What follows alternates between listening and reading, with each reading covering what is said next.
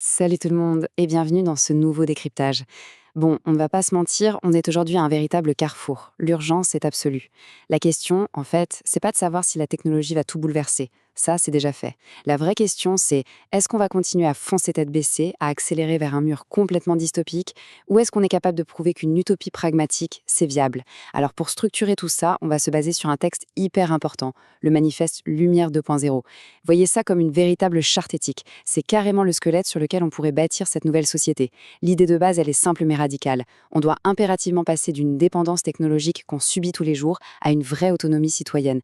Alors, on va poser les bases tout de suite. Il y a une dynamique implacable en ce moment. Celui qui contrôle l'intelligence artificielle, eh bien, il contrôle le monde de demain, tout simplement. La puissance de calcul, les fameux compute, c'est devenu le capital productif absolu du XXIe siècle. Ça aspire toutes les ressources. Du coup, face à ce monopole qui donne le vertige, on se demande forcément comment nous, de simples citoyens non experts, on peut éviter de devenir totalement obsolètes. Comment on refuse de n'être que des consommateurs captifs. L'enjeu de notre analyse aujourd'hui, c'est de démystifier toute cette mécanique pour qu'on puisse tous, collectivement et immédiatement, adhérer à un vrai projet de société. Une société qui serait enfin mature et résiliente. En fait, tout l'enjeu de notre époque se résume à ce glissement, qui est vital. D'un côté, on a cette trajectoire assez mortifère, vous savez, cette dépendance toxique à des infrastructures qui sont à l'autre bout du monde, gérées par des algorithmes complètement opaques. Et de l'autre côté, on a la vision salvatrice portée par Lumière 2.0, l'autonomie retrouvée. Il faut vraiment qu'on arrête de croiser les doigts en espérant qu'une IA développée par une multinationale va venir régler nos crises par magie. La solution, c'est de se réapproprier les outils, d'être souverain. C'est ce passage indispensable vers une véritable maturité citoyenne. Et si vous doutez de l'urgence, regardez un peu ce bilan sur la dernière décennie. C'est une érosion silencieuse, mais dramatique. On parle de millions de données personnelles balancées dans la nature.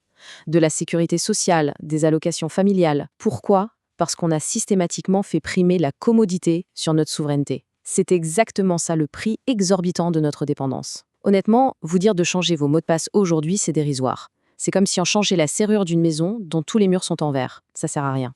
Il nous faut une action structurelle. Et pendant que nos fondations démocratiques s'effritent doucement, il y a une guerre géopolitique colossale qui se joue au-dessus de nos têtes. 5 gigawatts, c'est un chiffre qui donne le tournis. C'est la capacité énergétique prévue pour le projet Stargate, un data center en construction à Abu Dhabi. Pour vous donner une idée, c'est l'équivalent de plusieurs réacteurs nucléaires. On ne parle plus du tout de petits serveurs civils là. On parle de véritables nœuds de puissance militarisés, qui vont accaparer les puces, l'énergie, l'eau, tout ça pour forger les super IA de demain. Ce qui se passe, c'est que la nature même du pouvoir a complètement muté. C'est fascinant et terrifiant à la fois. La puissance de calcul, aujourd'hui, c'est le nouveau pétrole, c'est le nouvel uranium. Ça a totalement quitté la simple sphère commerciale. C'est devenu une ressource régulée, taxée et même sécurisée par la force militaire.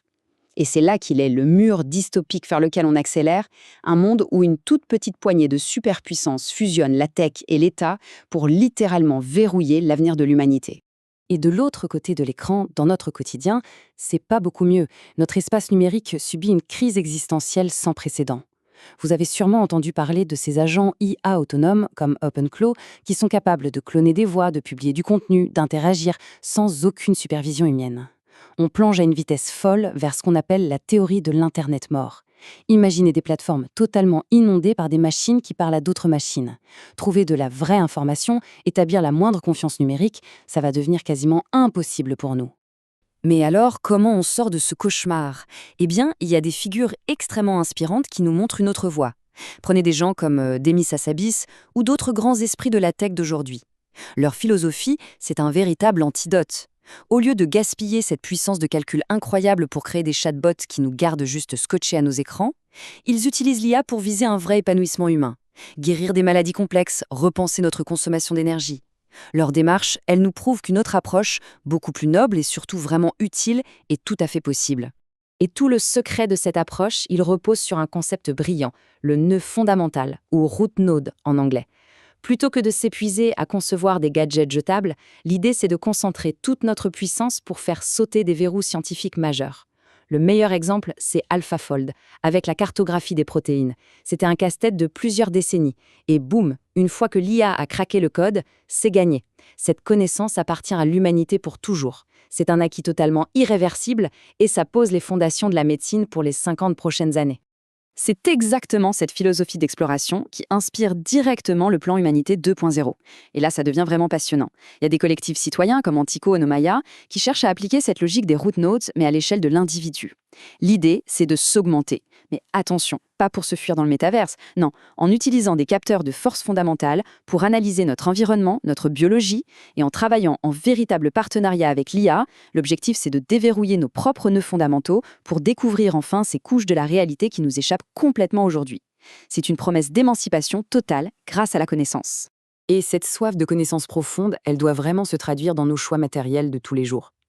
Jusqu'ici, l'industrie classique a inondé la planète de produits réversibles, avec une obsolescence programmée toujours plus rapide.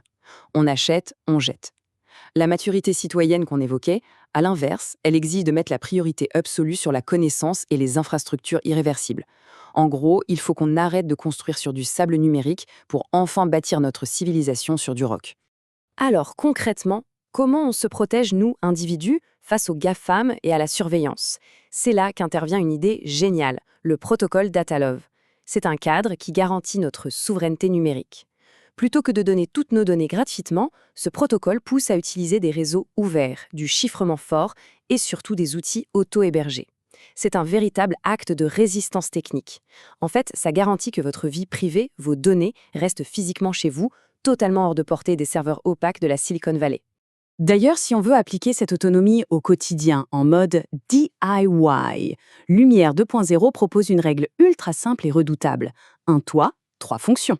L'objectif est de transformer chaque foyer en un petit nœud de résilience locale. Comment ? Premièrement, en produisant sa propre énergie, genre avec quelques panneaux solaires. Deuxièmement, en cultivant un espace pour la biodiversité, un petit poumon vert. Et troisièmement, en installant une antenne pour créer un réseau maillé citoyen indépendant. C'est littéralement la reconquête de notre indépendance mètre carré par mètre carré.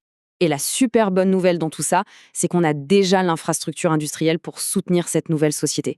On a des acteurs comme OVH pour l'hébergement, Mistral AI qui sort des modèles d'intelligence artificielle ouverts incroyables, Cyperl pour les puces.